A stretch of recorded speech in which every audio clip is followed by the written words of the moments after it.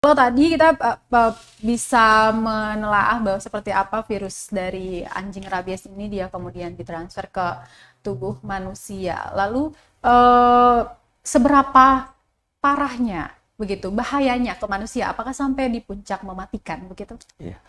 Kalau kita bilang CFR-nya ya, case fatality rate-nya. Case fatality rate-nya 100%. Itu kalau betul-betul anjingnya rabies dan tidak dilakukan tindakan segera. Misalnya, kalau saya digigit, lalu ternyata anjing rabies dan tidak divaksinasi, berarti case fatality-nya pasti 100%. Ya?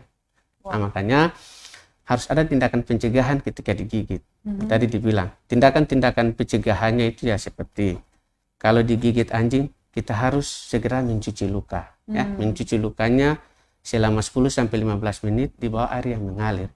Memang harus di bawah air yang mengalir supaya kalau memang dia langsung jatuh. Nah, jadi 10-15 menit dengan deterjen. Maksudnya deterjen atau sabun ini yang biasa yang bisa melarut lemak karena virusnya bisa cepat dinetralisir dengan deterjen atau pelarut lemak. Jadi harus dicuci 10-15 menit. Setelah dicuci 10-15 menit ya bisa dikasih alkohol atau betadine.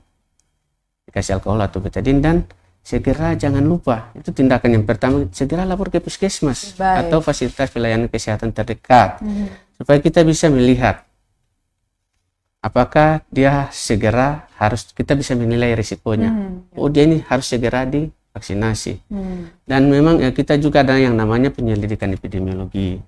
Penyelidikan epidemiologi, kita cari faktor risiko, kita gali faktor risikonya seperti apa yang tadi saya bilang. Kita lihat anjingnya.